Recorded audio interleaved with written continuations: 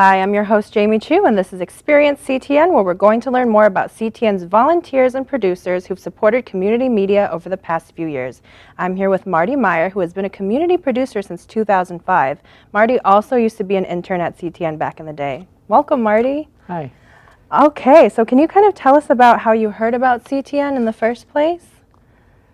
Well, how I first heard about it is in high school. Friends of mine came on and did a one-off show, and it was a one-off because they got thrown out after doing it. It was called The Little Red Show, and also we would watch it sometimes during the regular. And I became an intern because I needed to get an intern to get my degree, and this was very close, and it was possible to get an internship here. Awesome. So can you talk a little bit more about your internship experience here, like when you started, what you kind of did, stuff like that? I started in 1985. Wow. And we were still at the CTN was still at the fire station on 5th Street across from City Hall. Mm-hmm. So most of what we would do is what they would call cable casting. That's you'd actually put the actual, and they have some here, the actual tapes in the tape recorder and turn them on and take it out and put the camera on something else so that there wouldn't be dead air between tapes, and take the tape out and put it back in and start it up as quickly as you could. Right. And can you kind of tell us your experience with switching tapes and what kind of stuff you would run into, any kind of conflicts?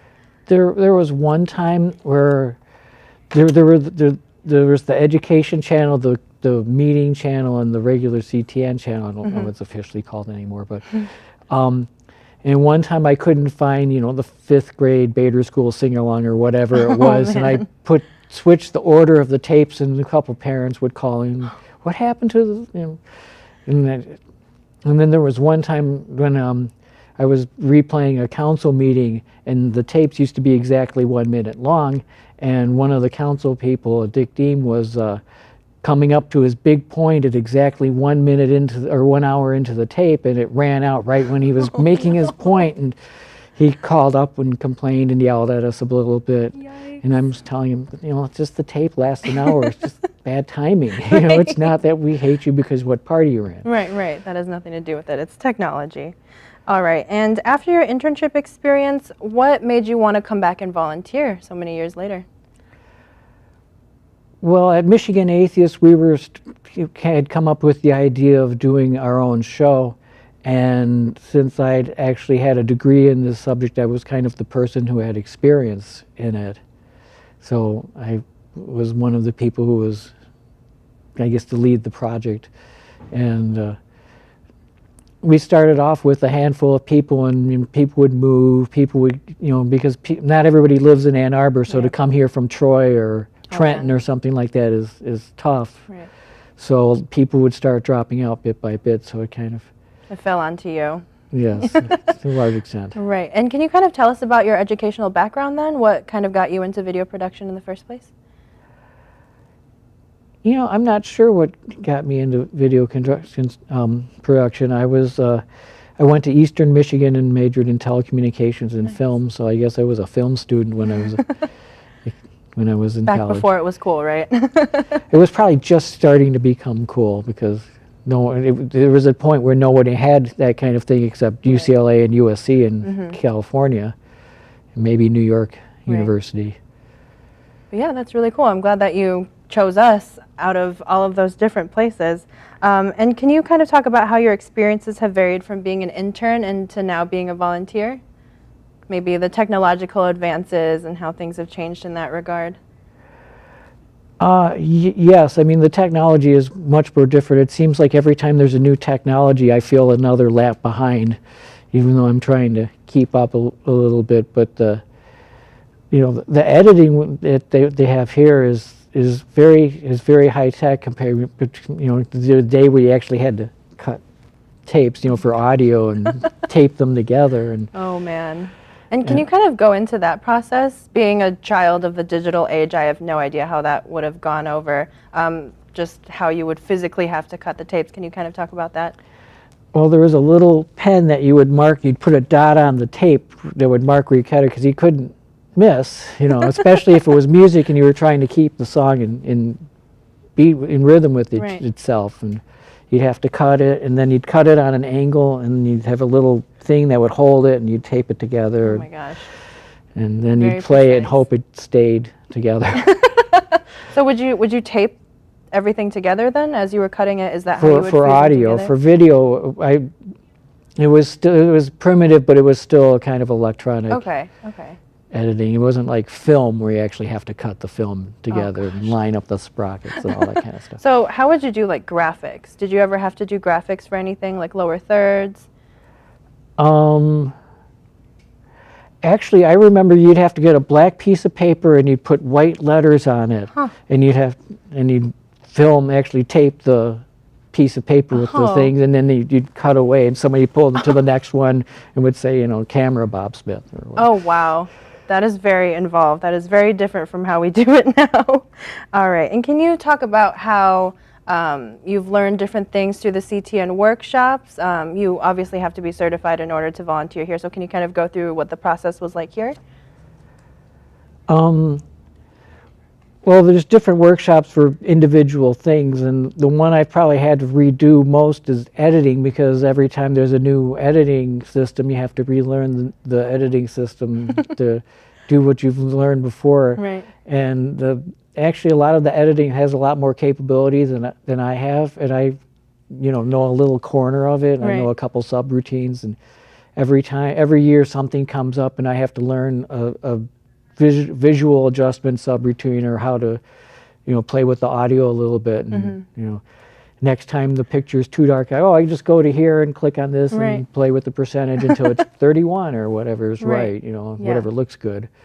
So. There's a lot of precision in it that you didn't have before when you were literally Right, where slicing audio together. Right, where I can actually sit there, and if I'm altering the brightness of a picture and I'm making it, 31%, it's still a little dark, make it 35%, I can Right. play around with it until I like it. And how was that different from when you had to physically cut the tapes? Well, I understand that you said that with video, there was still kind of a digital way to do it back when you were an intern. Can you kind of tell us how that differs? It was just a lot more primitive. I hardly remember what we did for Fair visually editing. That was, 30 more than 30 years ago. Right. So. Yeah, fair enough. All right, and can you talk about what programs you've produced at CTN? Well, the one program I've produced is Atheists Speak Up. I have been on the crew for a couple other productions sporadically, because every time you do a show, you have to do a casting call to get the camera Right, people and the audio people until you have a crew to do it. right. But yeah, while we're on the subject, why don't we have a quick look at what you've produced?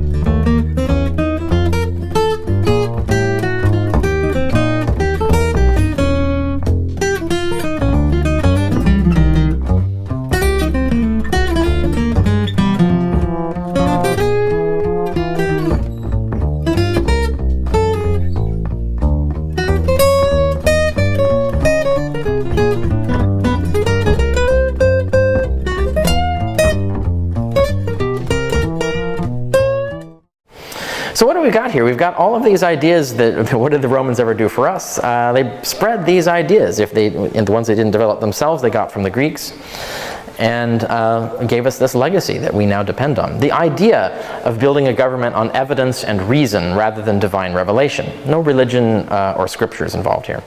You have to persuade. You can't just say God said so. That's no longer a valid way of arguing in law or legislation.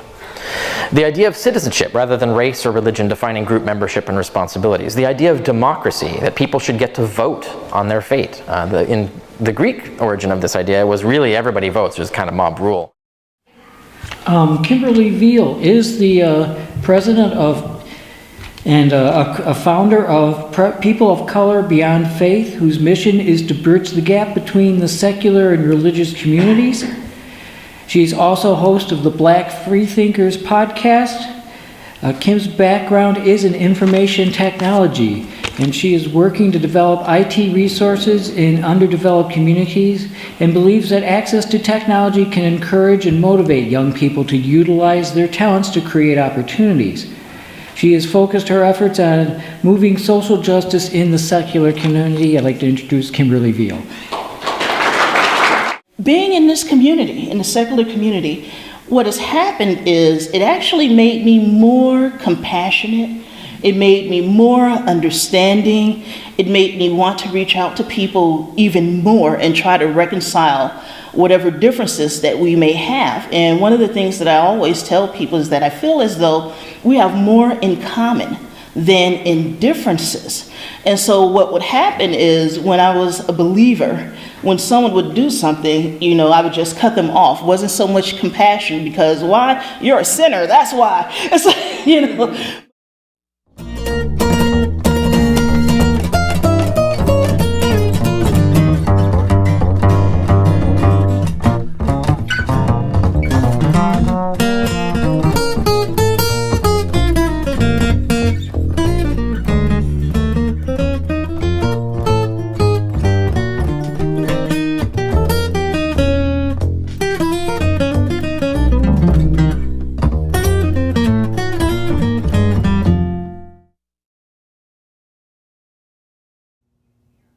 Awesome. So can you kind of tell us about what it takes in order to put one of these productions together, like maybe how many crew members you have to get, how many cameras, technical stuff like that?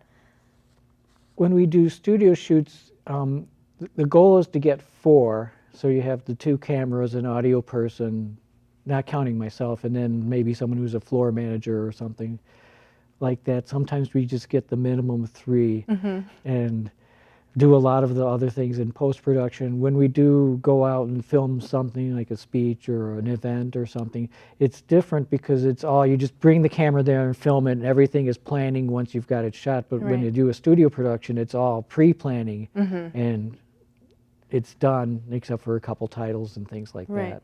Yeah. So can you also just tell us about, in general, why you started doing Atheists Speak Up? Well, the director at the time was Arlene Marie, and she had actually had somebody give a donation for something, for a special project, and that's what this turned into. And as I said, I was the person who was I majored in telecommunications, so that I was kind of the experienced person in that, even though I was probably 20 years behind in the technology. And Okay, so can you also just talk about your position with Michigan Atheists and maybe why that's important to you? Well, right now I'm on the board of directors. Until a couple months ago, I was the director, and before that, I was the co-director with Joyce Whitty, who's now also on the board. But I think it's important because we're kind of we're a minority in a way, but we're a little bit of everybody. It's not like we're all one group of people or we're a little bit of everybody. So yeah, I think it's important to get our voice out for people to also kind of normalize us, because a lot of people still feel that we're not as American or whatever as everybody else is. And I'm sure other groups have that same kind of thing. But So let's unpack that. Can we talk about some maybe common misconceptions about being an atheist? Well, one misconception is that we're all on the far left, and we pretty much have the whole range of the political spectrum. Another misconception is we're all old white guys, and we try to reach out to as many communities as possible. And there's just every meeting, someone who you never knew will come up and will introduce themselves, and sometimes they'll become active in the group. Yeah, so can you talk about some important guests that you've had on your show? Well, one guest who's probably one of our he has the most YouTube hits is Richard Carrier, who was just on the little reel that you showed. We've had Michael Newdow, who's been involved in some court cases, and he's also fairly famous. At our last convention, it was a more family-orientated, and Kimberly Veal, who was also on the reel, was there, and she's from the Black Freethinkers podcast, and we also had author Dale McGowan. So we've had some, authors and professors. One person who's from Grand Rapids is Gregory Forbes. He was also one of our most popular YouTube episodes, and he's evolutionary biology is his specialty. So we've had various professors and teachers and scientists, and we've also had people who have been more political and sometimes just talking about the historical. We've had people who are scholars in ancient texts. Wow. And this one person, Frank Zindler, who's with American Atheists, it's like I always joke, if you need something translated in Sanskrit, he's the guy to go to. Should the need ever arise, right? Okay. Well, the thing with our languages is almost all the languages that we in this part of the world speak, the European languages and the Middle Eastern languages, all kind of drift back to Sanskrit as a root. Okay. So, Yeah, that's really interesting. Almost any word in English that's not a refrigerator or something like Yeah. that. It's like a new technology thing, even though I guess that's not so new. But comparatively, like dream, there's probably a Sanskrit word that it comes from. Yeah, all the different origins. Yeah. Okay, so can you kind of talk about why your show might be vital to broadcast the Ann Arbor community specifically? Well, Ann Arbor is a more liberal and a more tolerant community, so I think that there's one, more likely to be more of us here, and two, I think more people who aren't atheists are, willing to accept us or listen to our point of view and even work on the crew if they're not necessarily one of us. You don't have to be one of us. Right. As a matter of fact, one of the things that's weird about editing, there's been times where I've been in an editing room and there's been somebody doing one of the religious shows in the other room, and we're sitting there, between the walls. Okay, what do you do when this doesn't happen, or how do you get this to work, or bring in this graphic? And we're all kind of you go to over here and you click on here, and so we're all kind of helping each other out in a way, even though we're on other sides of the spectrum there. Yeah, it's like a cross collaboration. Awesome. Well, do you have anything that you wanted to add about like a cool production memory that you might have had here or off-site? Well, one thing we used to do more of is go to events like protests and things like that, and those were always fun. But the thing is, the technology has kind of left that behind. We had one of these cameras that you hold in your hand like that, which is great to take around, at a park somewhere and film something that was happening. But it used a mini DV tape, which is the last time I tried to bring one of those in and try and get somebody to figure out how to get it into the new high-tech editing system, it was more of a headache than it was worth. And probably the next lap, it probably won't. It's like trying to come in with a beta. That's so much. All right, and why should people support CTN? Because it is diverse, and a lot of people from different communities do get to have their voice here. There was actually, I remember a couple people who would come and do a show that was loosely a conspiracy theory show, and we were joking about with Mike. He said, America's the only place you could go to do an anti-government show on a government station. That's hilarious. So, which is, technically Ann Arbor. CTN is the city of Ann Arbor. Right, we are. All right, well, thank you so much for your insights, Marty. I really appreciate your time and your being on the show today. All right, thank you. All right. Thanks for watching, and stay tuned for future episodes. In the meantime, why not come in and experience all that we have to offer for yourself? Visit us online at a2gov.org/CTN.